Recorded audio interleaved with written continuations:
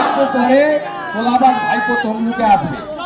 আপনাদের মাধ্যমে আমার যারা লাইভ শুনছেন, তমলুকের সমস্ত লোককে বলবো গরু ছেড়ে রাখবেন না, জামা কাপড় বাইরে বাইরে শুকাতে দেবেন না।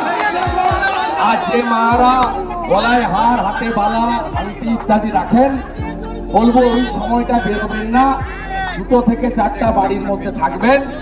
যে কোনো চোরেরা এলে যাদের হাঁটু ছিঁড়া জিন্স, পিছনে তালি মারা জিন্স, লাল চুল কানে দুল, তার নাম যুবাতে নয়। এদের থেকে সাবধান থাকবেন। আজকে জামা কাপড় চুরি হওয়ার ব্যাপক সম্ভাবনা তমলুক শহরে আছে। সব শ্রেণী ব্যক্তি, শিডিউল কাস্ট